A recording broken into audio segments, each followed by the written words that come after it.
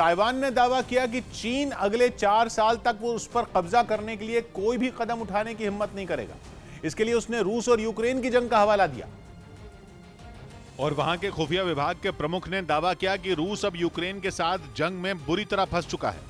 उनके मुताबिक जब रूस ने युद्ध शुरू किया था तो उसे लगा कि वो कुछ ही दिनों में यूक्रेन को घुटनों पर ला देगा, लेकिन यूक्रेन की सेना के जोरदार पलटवार से ऐसा नहीं हो पाया और जंग लंबी खिंच गई। बस इसी बात का सहारा लेकर ताइवान ने चीन को खरी खरी सुना दी।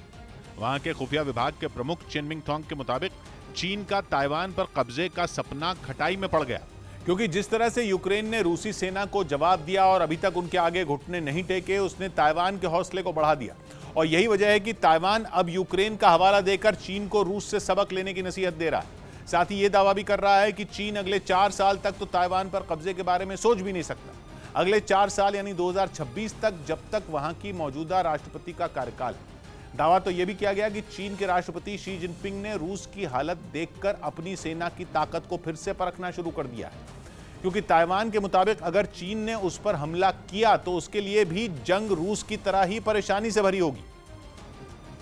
यानी रूस का जब इतना समय यूक्रेन की जंग में बीत गया तो चीन के लिए भी ताइवान से लड़ना आसान नहीं होगा।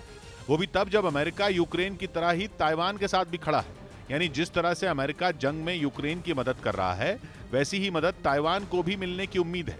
ऐसा इसलिए क्योंकि कई मौकों पर अमेरिका चीन के खिलाफ ताइवान के साथ खड़ा दिखाई दिया। कुछ दिनों पहले अमेरिका से 5 सदस्यों की एक टीम भी ताइवान गई थी। हालांकि चीन ने भी ताइवान को अपना हिस्सा बताते हुए कई बार अमेरिका को इस मामले से दूर रहने की चेतावनी दी है।